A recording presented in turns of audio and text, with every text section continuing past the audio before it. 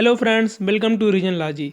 आज हम बात करेंगे व्हाट्सएप की नीति के बारे में, जो आजकल चल रहा है कि व्हाट्सएप अपने नीति में कुछ बदलाव लाने वाला है। और वह ऐसी नीति क्यों ले आ रहा है, वो हमारे निजता पर नज़र क्यों बनाना चाहता है, आखिर वो हमारे डाटा को फेसबुक को क्यों देना चाहता है या इंस्टाग्राम को क्यों देना चाहता है। जो कि सबको पता है कि साल 2014 में फेसबुक ने व्हाट्सएप को खरीद लिया था, मतलब उसका स्वामित्व पे अपना अधिकार कर लिया था। इसलिए व्हाट्सएप क्या करता है कि उसको सारा डाटा फेसबुक को देता है। इवन अब तो व्हाट्सएप ने भारत में क्या किया है कि पेमेंट सिस्टम भी शुरू कर दिया। तो आप सोचिए, अगर आप पेमेंट करते हो और वो भी जानकारी वो फेसबुक को दे देगा तो कितना हमारे लिए गलत होगा।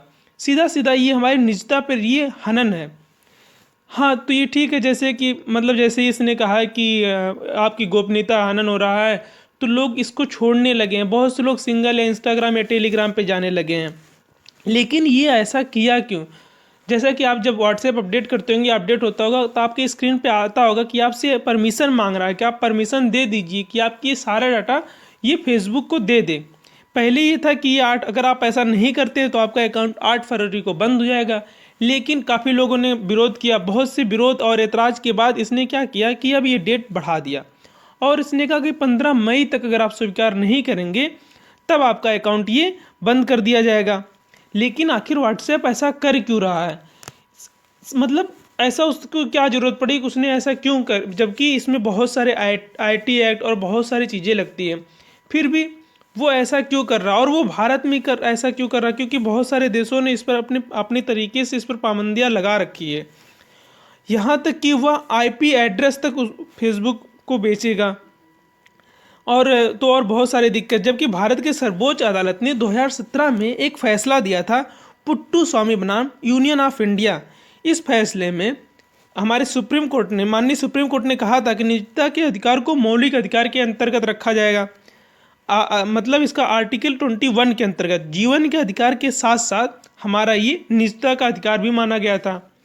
और भारतीय आईटी एक्ट 2000 की धारा 1 और धारा 75 के अनुसार बताया गया, अगर कोई सेवा प्रदत्त बाहर के बाहर स्थित है, मतलब ये जो लोग सेवाएं देती हैं, अगर ऐसी कोई कंपनी जो भारत के बाहर स्थित है लेकिन भारत में उसकी सेवाएं, उसका मतलब मोबाइल, कंप्यूटर या किसी भी तरीके से उपलब्ध हैं, तो उस पर जो कानून लागू होगा वो भारतीय कानून के अधीन आएगा। ऐसे में व्हाट्सएप भी भारत के आईटी कानून के अंतर्गत आता है। लेकिन ये भारतीय कानून उतने प्रभावी नहीं है जितने कि अन्य देश जैसे यूरोपीय संघ, ब्राज़ील और अमेरिका हैं। इन देशों ने स्थानीय लोगों के कानूनों के साथ व्हाट्सएप को अलग अलग नीतियों और शर्तें बना रखी हैं। फिर हमें भी ज़रूरत है कि हम ऐसी शर्तें बनाएं जिससे हमारे लोगों को इस निजता का हनन ना हो। क्योंकि इसकी पता नहीं अब भाई वो क्या चाहता है, हमें नहीं पता। लेकिन अगर ऐसा वो करेगा कि हमारी सारी जानकारी, हमारी चैट्स, हमारे और भी अगर हम पेमेंट करते हैं वो भी सारी जानकारी वो फेसबुक को देगा, तो उस फेसबुक से कोई और ले लेगा। कहीं ना कहीं हमारी ये निजता में हनन हो रहा है और हमारे निजता का छेड़छाड़ हो रहा है।